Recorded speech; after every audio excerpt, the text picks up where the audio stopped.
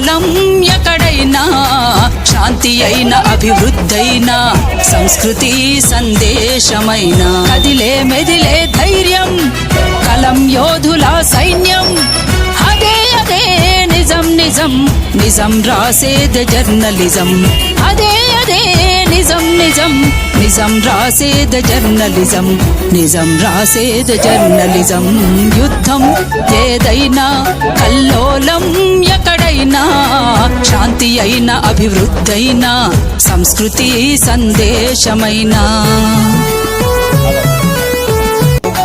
కత్తి మీద సామైనా నెత్తి మీద పిడుగైనా అయినా బెదిరింపైనా అదిరింపైనా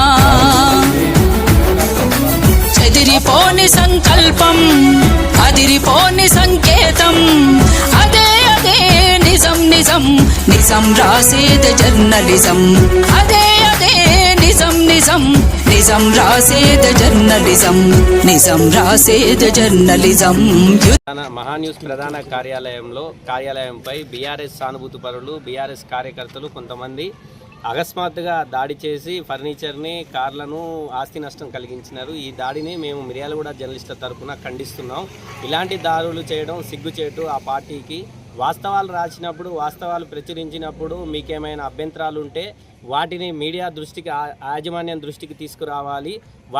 వాటిలో ఏమైనా తప్పులు ఉంటే మీ వంతు వర్షన్ మీరు వినిపించాలి. కానీ ఇలా దాడులు చేయడం కరెక్ట్ కాదు.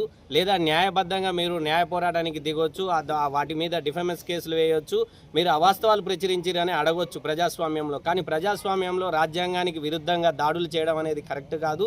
ఇది మీడియా హక్కుని హరించడం అనే చెప్పవచ్చు. ఏదేమైనప్పటికీ కూడా ఈ దాడిని మిర్యాలగూడ పట్టణంలోని జర్నలిస్టులంతా కూడా ఈరోజు నిరసన వారి తెలియజేస్తూ డిఎస్పీ కార్యాలయంలో వినతిపత్రం అందజేస్తున్నాం. ఇలాంటి దాడులు పునరావృతం కాకుండా ఏదైతే దాడికి పాల్పడిన వారిని కఠినంగా శిక్షించాలని వారిని వెంటనే అరెస్ట్ చేయాలని మిర్యాలగూడ జర్నలిస్టుల తరఫున మేము డిమాండ్ చేస్తున్నాం.